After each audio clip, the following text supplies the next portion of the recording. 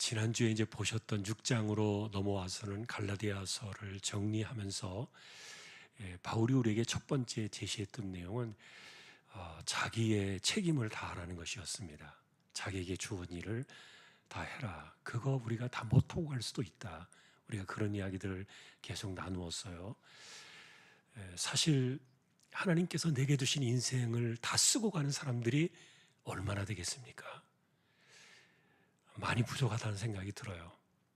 그것은 하나님이 내게 주신 인생에 시간이 있을 것이고 내게 주신 인생에 분량이 있다. 그러다 보니까 우리 그리스도인들은 내 인생을 생각하는 그 자체가 사명으로 생각하잖아요. 내가 사명이 끝났구나. 그럼 나 가는 거예요. 여러분 그런 것에 일반적으로 동의하실 겁니다.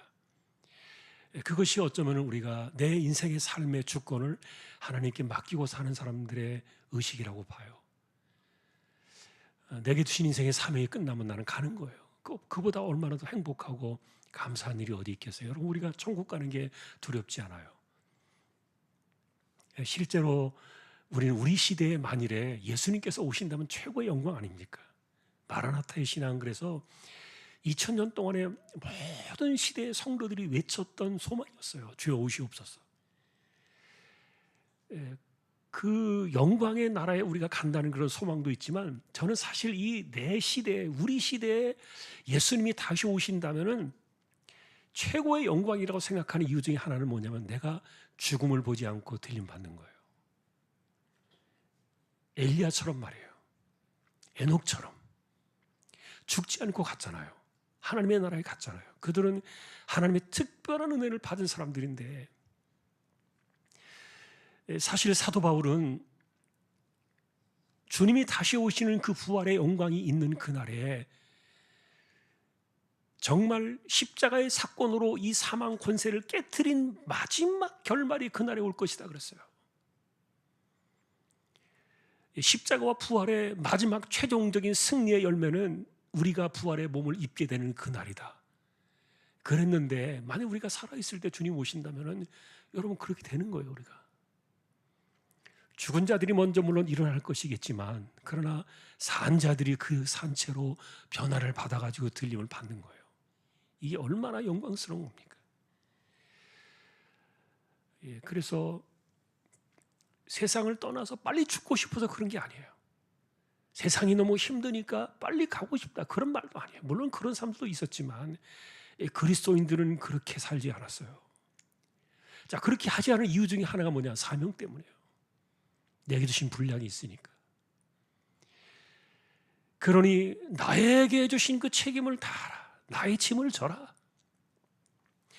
그리고 다른 사람들의 짐을 이렇게 끼웃거리면서 왜 안 하느냐, 뭐 왜 못 하느냐 이런 거 자꾸만 간섭하고 다니고 그렇게 오지랖 넓게 다니지 말고 오히려 그런 것들이 눈에 보이면 그 사람의 짐을 져줘라. 그거 얼마나 복 있냐 하는 거예요.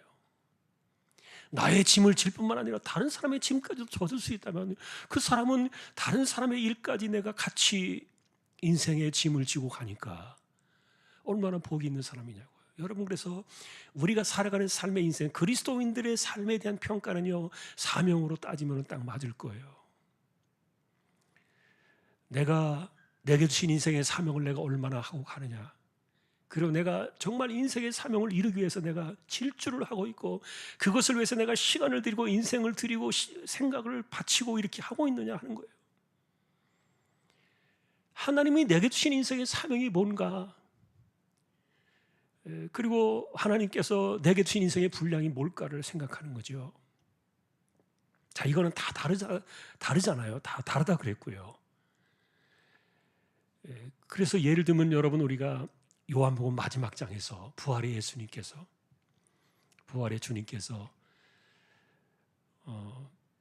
베드로가 한번 해결해야 될 문제가 하나 있었죠. 그것은 뭐냐면 예수님을 모른다. 모른다고 말했을 뿐만 아니라 저주까지 하고 맹세까지 했던 그 다 아는 사건 아닙니까? 성경까지 기록되어진 그 베드로의 씻지 못할 주홍 글씨 같은 그런 그 흔적 아닙니까? 그걸 씻어주기 위해서 예수님께서 부활하신 후에 낙심해가지고 갈릴리 바다에 나가서 제자들과 함께 그물을 던지던 그를 찾아오셔가지고 네가 나를 사랑하느냐 물으셨거든요. 그리고 사명을 다시 줬잖아요. 그래서 그를 다시 이렇게 세웠고요. 그래서 그리스도인들의 인생과 기독교인의 삶이 일어난다는 것은 내가 주님 앞에서 무엇을 하고 주님이 내게 무엇을 주시는가, 그게 나를 이렇게 세우는 거예요. 내가 아무것도 할 일이 없다, 나는 끝났다, 그러면 가야 돼요. 심지어 여러분, 우리가 그런 말도 했잖아요. 젊은 나이에 과부가 되어가지고 84세가 될 때까지 성전을 지키며 살던 안나라는 여선지자 한 분이, 이분이 이 땅에 오실 임마누엘 메시아를 바라보고 기다리면서 있었는데 평생을 그가 기도로 섬겼다는 말이 나오잖아요. 그래서 여러분, 섬겼다는 그 말을 보면요, 그게 봉사라는 단어예요. 기도가요, 봉사예요. 왜 봉사입니까? 기도가 그냥 힘없이 아무렇게나 숨 쉬듯이 하는 게 기도 아닙니다. 여러분, 기도가 얼마나 열정이 들어가고 에너지가 쏟아지고 거기에 우리가 마음이 들어가고 생각이 쏟아지잖아요. 이게요, 기도가 절대로 저절로 되는 게 아니에요. 숨 쉬는 듯이 그냥 하는 사람이 있으면 나와보라 그랬어요.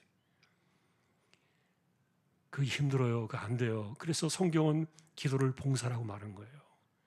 그만큼 땀이 나고 그만큼 내 마음이 거기 쓰여져야 되고, 그런 것도 없이 우리가 어떻게 기도를 하냐고요. 그런데 어쨌든 이분은 아무것도 하는 것이 없었어요. 과부가 뭘 하겠어요? 일을 무슨 하겠어요? 나이가 많으신 분이 뭘 할 수 있겠냐고요. 그러나 이분은 성전을 지키면서 기도를 했던 거예요. 그리고 누가복음 분명하게 그 일을 가리켜서 이분이 기도로 봉사했다, 섬겼다, 분명하게 말해주었어요. 내가 살 이유가 있는 거예요. 메시아를 보기 전까지는 절대로 눈을 감지 못할 것이다. 이런 사람들의 어떤 자신에게 주신 사명과 일들이 이게 내 책임을 다하는 거예요. 바울은 그런 생각들을 가지고 있었던 것 같아요. 그래서 여러분, 기독교인들은 더러 그런 얘기도 하잖아요. 바울이 디모데후서 마지막 유언과도 같은 성경을 쓸 때 나의 달려갈 길을 마쳤다. 그는 자신의 앞에 무엇이 다가오고 있는지를 알고 있었어요. 그래서 기독교인들은 이제 내 이 땅에서의 삶이 끝났구나, 이걸 어떻게 하냐고요. 달려갈 길이 끝났으니까 보는 거예요. 기력이 다하고, 물론 우리의 시간이 끊어져서 우리가 다가오는 시간이 점점 우리 곁에 있다는 것을 알 때도 있지만, 알 수도 있지만, 그러나 대부분의 이렇게 사명으로 살아가는 그리스도인들의 모습 속에는요, 그것으로 내 인생을 가늠하는 거예요. 어쨌든 바울은 내 짐을 져라 그랬어요. 남에게 맡기지 마라. 그래서 내가 내 짐을 지고 가는 것이 얼마나 복이 있느냐, 더군다나 남의 짐까지 질 수가 있다면 얼마나 그게 복이 있느냐. 자, 그 이야기가 이제 오늘 이렇게 계속 또 나오면서 오늘 본문에서는 심은 대로 거둔다는 거예요. 내가 심는 대로 거둔다, 열매는. 물론 그래서 이제 그 심는 것이 뭐냐에 대한 그 차이는 물론 있겠지요. 바울이 언제나 우리에게 말했던 것은 육체를 위해 심는 것과 성령으로 심는 것은 다르다 그랬는데, 근데 본질적으로 사실 우리는 성령으로 심는 것밖에 없다 그랬잖아요. 육체를 위해 심는 것은요, 이게 망하는 길인데, 여러분, 우리가 그렇게 살다가 지옥 가겠습니까? 절대로 그럴 수 없잖아요. 그래서 우리가 이런 그 성령의 구원과, 그리고 요즘 우리가 하고 있는 그 말 용어 가운데 여러분들이 지금 계속해서 가슴에 박히도록 제가 쓰는 말 가운데 하나가 십자가는 선결제다, 그렇게 말씀을 드렸어요. 십자가는 이미 결제가 다 끝난 거예요. 그 하나님 이거 물으시겠습니까? 이거 취소하겠습니까? 다시 뭐 피드백 이렇게 뭐 하니까 좀 아닌 것 같아가지고, 여러분, 카드는 취소할 수 있을지 모르겠지만 십자가는 취소가 안 돼요. 누가 어디서 어떻게 돌려받을 수 있겠냐고요. 안 되는 일이에요. 우리가 그런 문제 때문에 이런 하나님의 십자가에 대한 은혜와 그 사랑을 알고 내가 믿음을 고백했기 때문에 그때서부터 우리에게 성령의 길이 열리는 것이고, 우리는 성령의 사람으로 살 수밖에 없는 거예요. 내가 성령의 사람이 되려고 하는 게 아니에요. 이미 성령의 사람이라니까요. 그래서 여러분들이 마태복음에서도 보시면 분명하게 너희가 착하게 살아가지고 선한 행실을 통해서 하나님의 영광을 드러내고 많은 사람들이 하나님께 영광을 돌리게 하라는 이런 그 가르침들이 나오지만, 실제로 여러분 내가 빛이 되려고 하는 게 아니라 그랬잖아요. 여러분 마태복음 5장을 잘 보시면 나와요. 5장 13절에 너희는 세상에 빛이니 그렇게 나와요. 빛이 되라고 하신 적이 없다니까요. 내가 뭔데 빛이 됩니까? 내가 뭘 잘한 게 있다고, 내가 뭘 내세울 게 있다고 빛이라고 말할 수 있습니까? 그런데 또 그 이어서 이야기합니다. 너희는 세상의 소금이니. 내가 무슨 소금이냐고요. 우리가 무슨 소금이냐고. 가면서 우리가 살아가는 삶 속에서, 공동체 속에서 싸움을 더 많이 일으키고 분란을 더 많이 일으키고 사람들에게 썩게 만들고, 여러분 그런 것들이 우리 삶에 더 많잖아요. 근데 무슨 소금이냐고요. 근데 하나님 나라의 원칙 속에서는요, 그냥 그런 거 따지지 않고 선결제의 방식 때문에 우리가 이 산상수훈을 이렇게 돌이켜 본다면 예수님의 의도 속에는 그런 것들이 들어있는 거예요. 너희는 그냥 세상의 빛이에요. 그냥 너희는 세상의 소금이다, 그런 거예요. 그러니 내가 소금이 되게 해주세요, 빛이 되게 해주세요, 그렇게 말할 필요가 없어요. 내가 빛이라는 사실을 깨닫고 소금이라는 사실을 깨닫고서 내가 그렇게 살아가는 힘은 내 힘으로 안 된다는 거예요. 성령으로 사는 것밖에 없는 거예요. 성령으로 살아야만 그것이 가능한 거예요. 자, 그런데 어쨌든 육체를 심는 사람이 있는 거예요. 육체를 따라 심고 육체를 따라 살아가고, 이거 어떻게 해야 되겠어요? 그래서 우리가 생각해 볼 때요, 답은 두 가지예요. 둘 중에 하나예요. 성령의 사람이 끝까지 성령의 사람으로 살지 않고 자기가 성령의 사람인데 예전의 그 모습 가지고 자기 것을 버리지 않고 그 옛사람의 그것을 가지고 계속해서 고집부리며 살고 있으면요, 만일에 그 사람이 구원받은 사람이라면 반드시 돌아오는 어떤 계기가 있을 거예요. 그게 있다니까요, 반드시. 왜냐하면 그 사람은 터닝포인트를 돌아선 사람이 아니에요. 하나님이 그 사람을 돌려놓고 이미 다 옷을 입혀놓고, 그리고 하나님이 이미 선언을 해주셨는데 여전히 자기만 아니라 그러는 거예요. 자기만 아닌 것처럼 사는 거예요. 그러면 하나님께 이 사람을 데려가시려면 어떻게 데려가실까요? 이 뒤집어놔야 데려가시잖아요. 그러니까 어차피 그 사람은 뒤집어질 수밖에 없어요. 한 번은 뒤집어질 거예요.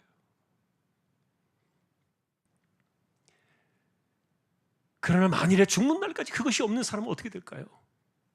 그 사람은 구원받은 백성이 아니에요. 가짜 믿음도 많다니까요, 여러분. 진짜 믿음이 뭡니까?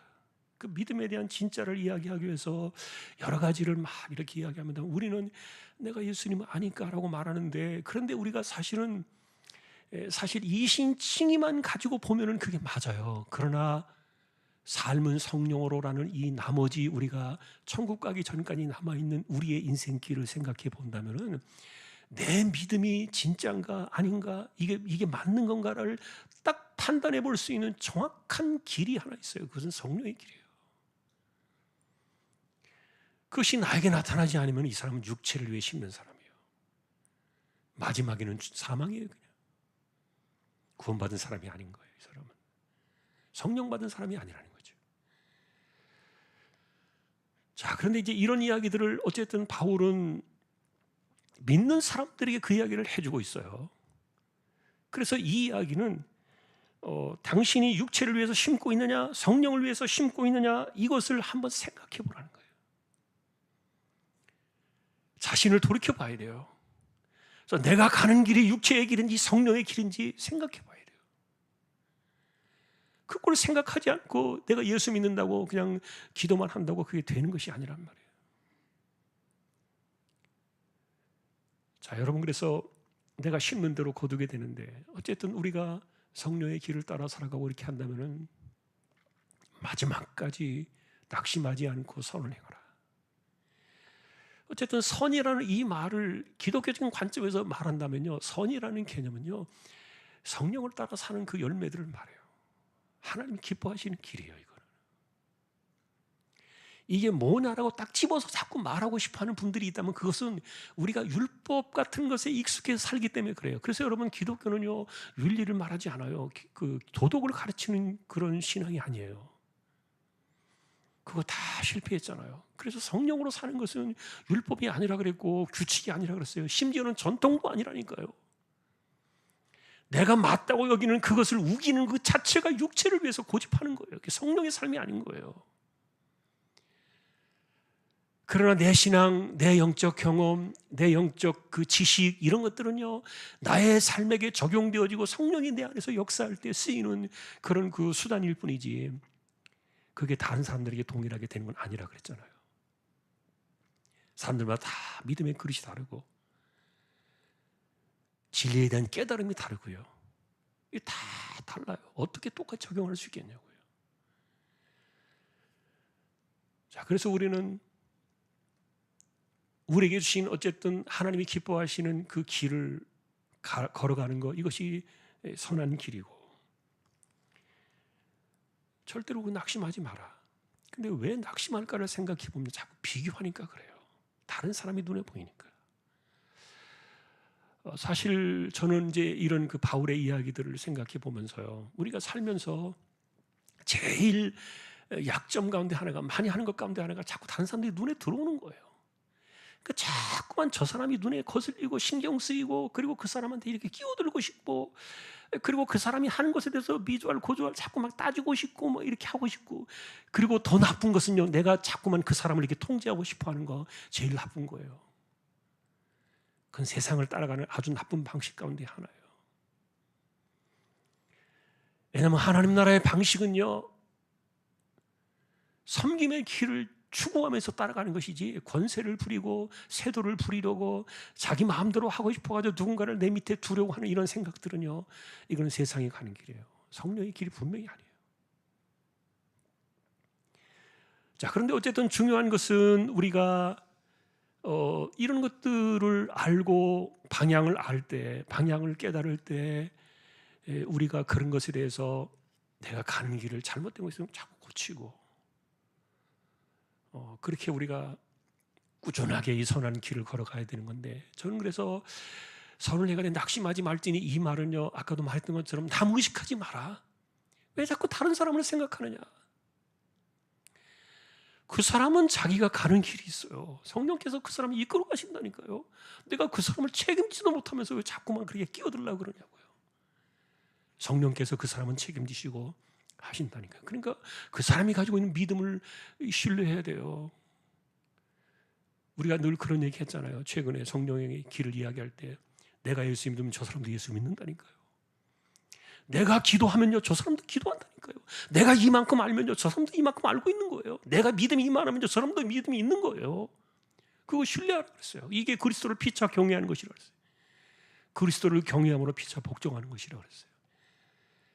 나만 믿음이 크고 나만 특별하고 뭐 이런 겁니까? 그러려고 하면은요, 밖에 나가야 돼요. 교회 안에서 살면 안 돼요, 그런 사람들. 자, 우리가 이렇게 생각해 볼 때 선을 행하되 낙심하지 말라는 이 말씀은 어쨌든 그래서 다른 사람을 비교하지 마라.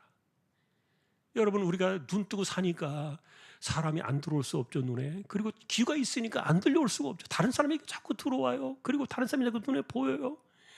그러니까 얼마나 거슬립니까? 인간은 기본적으로요, 내 중심으로 살게 되어 있고요, 이기적으로 이렇게 모든 것들이 조작되게 만들어져 있어요. 태어날 때부터 죽을 때까지요. 사람은요, 이기심에서 벗어나는 것이 정말 힘들어요. 모든 게 보이고 들리는 게 다 거슬리니까 자꾸만 비교되어지고 막 이렇게 하다 보니까 낙심하게 되고, 중간에 자꾸만 곁길로 가게 되고 포기하게 되고.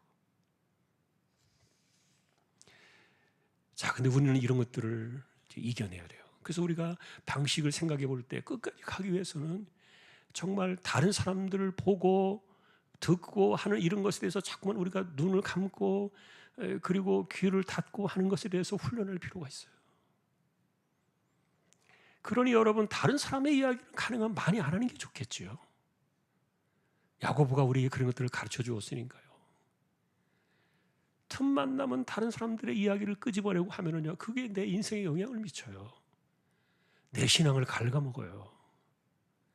나에게 도움이 되고 힘이 되고 격려가 되는 말들이 더 많겠습니까? 아니면은 누군가에 대해서 안 좋은 이야기, 불편한 이야기, 그리고 속이 상한 이야기, 그리고 또 눈에 거슬리는 이야기, 이런 것들이 더 많겠습니까?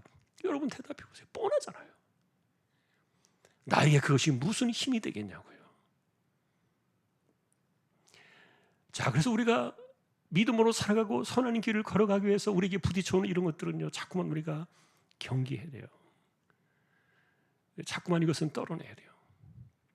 그리고 두 번째, 이 낙심하지 말자, 이 말은요, 선언해야 돼. 낙심하지 말자, 끝까지 착한 일을 하면서 믿음의 가정들이 사자, 이렇게 생각을 이야기해 주었는데, 자, 그런데 이것은요 왜 그런가 하면요, 성령의 길을 걸어가는 사람들은요 아무도 가보지 않은 내가 가야 할 그 가시밭 길을 내가 헤쳐나가는 거예요.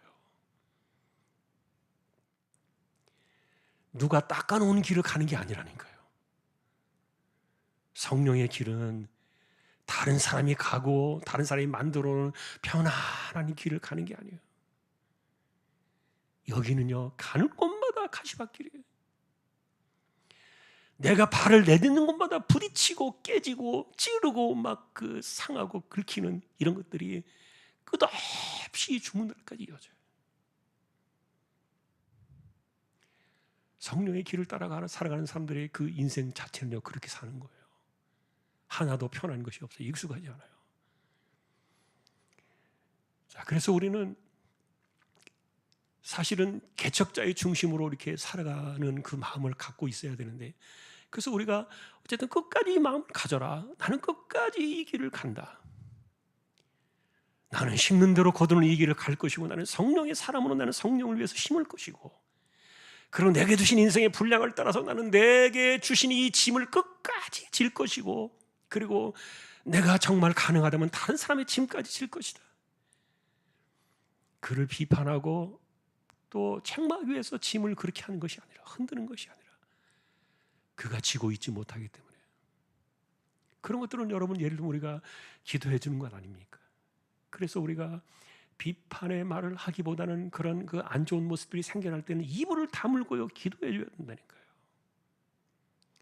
그거보다 더 좋은 그 신앙의 덕목이 어디냐고요. 기도해 주어야죠. 그렇게 비판하고 불평하고 떠들고 다니기 전에 먼저 그것에 대해서 하나님 앞에 그를 불쌍히 여기는 마음으로 기도하고 있다면 내 영이 살아나요. 내가 사는 거예요. 그 사람을 살리는 것 같지만 그러나 그런 일들이 나를 살린다는 거예요. 성경대로 살아갈 때 우리의 삶이 그래서 회복되는 겁니다. 어쨌든 오늘 이 핵심의 오늘 이야기의 말씀은 심은 대로 거두어지게 되는데 끝까지 그렇게 하라. 포기하지 마라. 때가 이르면 거둘 것이다. 결국은 하나님이 아세요. 저는 그래서 지난번에도 우리가 그런 얘기 했지만 그 욥의 이야기 참 좋아요. 제가 목사 안수를 받을 때 저에게 그 서예를 하는 집사님 한 분이 써둔 글씨가 있어요. 그 지금 어디 집에 갖고 있다가 워낙 덩치가 커서 어디 들어있는지 모르겠는데, 욥기 23장 10절 여러분들이 잘 아시는 구절, 나의 가는 길을 그가 아시느니 그가 나를 단련하시느니 내가 정금같이 나오리라. 그 말의 핵심은 물론 이제 정금같이 나오는 것도 좋아요. 마지막 결말이 좋은 것, 그것은 하나님께서 주실 열매이기도 한데 은혜이기도 하지만, 그러나 한편으로는 우리의 의식 속에는요, 나의 가는 길을 그분이 아신다. 그 하나님 앞에서의 그 마음이 중요해요. 이거를 딱 한자로 딱 쓰면요, 아도주제예요. 나의 길을 주님이 아신다. 네 글자로 딱 써서 저에게 제가 목사 안수 받을 때 그걸 써준 거를 이제 갖고 있는데, 여러분, 하나님께서 우리 길을 아시죠.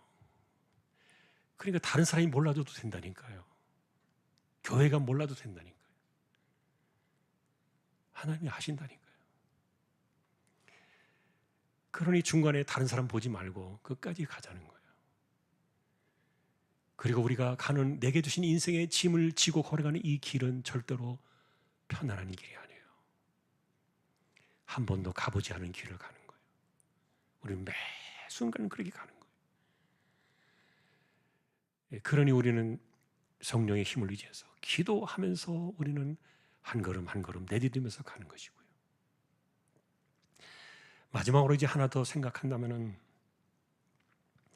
6절에 보시면 가르침을 받는 자는 말씀을 가르친 자와 모든 종을 함께 하라. 이 물론 이제 바울같이 복음을 위해서 수고하고 또 자기에게 좋은 영적인 선물을 주고 가르치는 사람들에게 좋은 것을 같이 나누라는 얘기인데, 저는 이 말을요, 뭐 목회자들을 잘 대접하라 뭐 이렇게 표현하고 이렇게 생각하는 사람들이 있는데, 저는 반대로 이것을요, 반대라기보다는 그 폭넓게 적용해서 딱 말한다면요, 은혜를 아는 사람이 되라, 이렇게 생각해요. 6절은 은혜를 아는 사람이 되라. 기독교인 치고요, 은혜를 모르고 사는 사람들 때문에요, 정말 많은 사람들이 시험 들어요. 기독교인들은요, 은혜를 반드시 갚아야 돼요. 은혜를 받은 적이 있으면요, 반드시 그것을 갚도록 자기는 노력해야 돼요. 물론 은혜를 베푼 사람은 잊어버려야 마땅하겠지요. 그러나 내가 받았으면요, 그 갚을 줄 알아야 돼요. 원수는 절대로 갚으면 안 되고, 절대로 복수는 하면 안 되고, 이건 하나님의 권세를 내가 침범하는 것이니까 굉장히 위험한 일이지만, 그러나 은혜를 갚는 것은요, 무한하게 해야 돼요. 그러니까 우리 주변에 있는 사람들의 내가 돌아볼 때 은혜를 서로 나누지 않은 사람들이 어디 있겠어요? 그 사람들을 다 돌이켜보면 내가 은혜를 같이 함께 나눠야 되는 사람들이에요. 함께 은혜를 나누고 은혜를 주고받고 갚아야 되는 사람들이에요.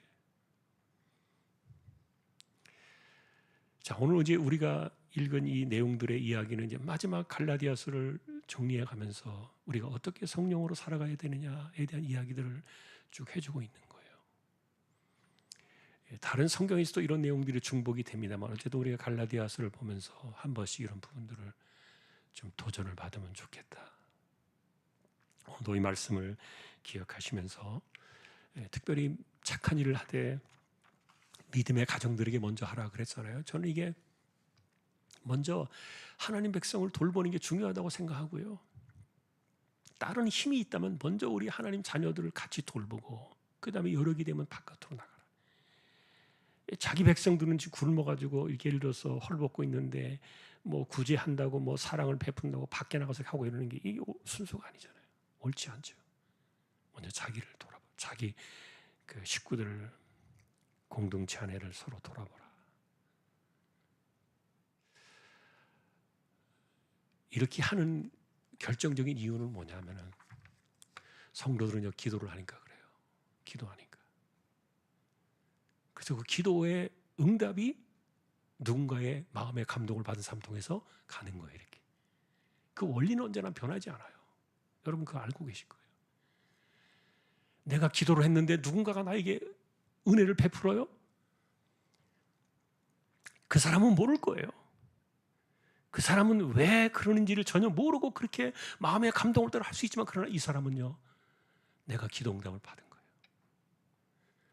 그래서 믿음의 가정들에게 착한 일을 먼저 하라는 이야기는 이게 영적으로 다 이 기도가 오가는 거예요. 이렇게 영적인 끈이 다 연결되어 있으니까 이게 우선이죠. 자, 오늘 말씀은 이제 여기까지입니다. 오늘도 우리가 함께 기도로 나아갈 때 한 해를 이제 마무리하고 2024년도에 우리가 바라보면서 조금 더 성숙한 그런 성령의 사람으로 우리가 서게 해 주십시오. 기도를 드리고요. 그리고 입시를 이제 끝나고 진로를 열어가는 우리 자녀들 좀 기도해 주시고, 그리고 또 여전히 우리 가운데 병 치료하는 분들, 암 치료하는 분들이 있죠. 그리고 필리핀에 우리가 기도했던 김아란 집사님 그 남편은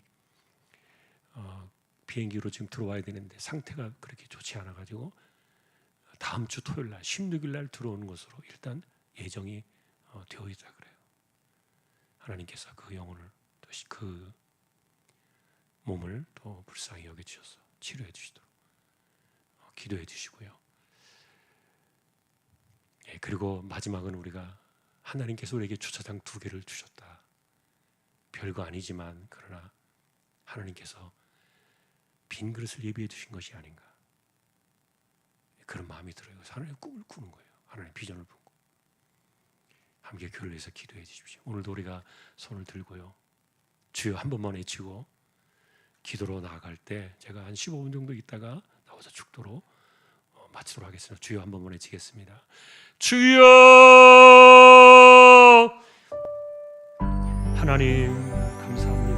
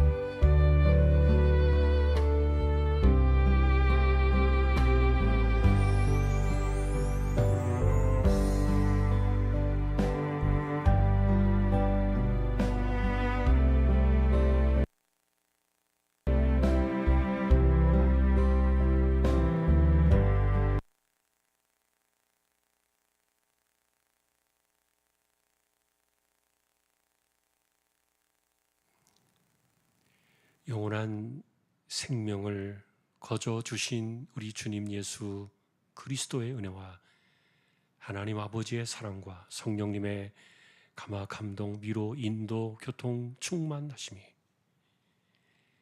우리가 가는 길이 무엇인지를 깨닫고 우리가 가야 할 길을 걸어가며 주신 인생의 사명을 이루기를 원하는 우리 모든 심령들, 주왕의 가족들 위해 이제로부터 영원까지 함께 있을지어다. 아멘.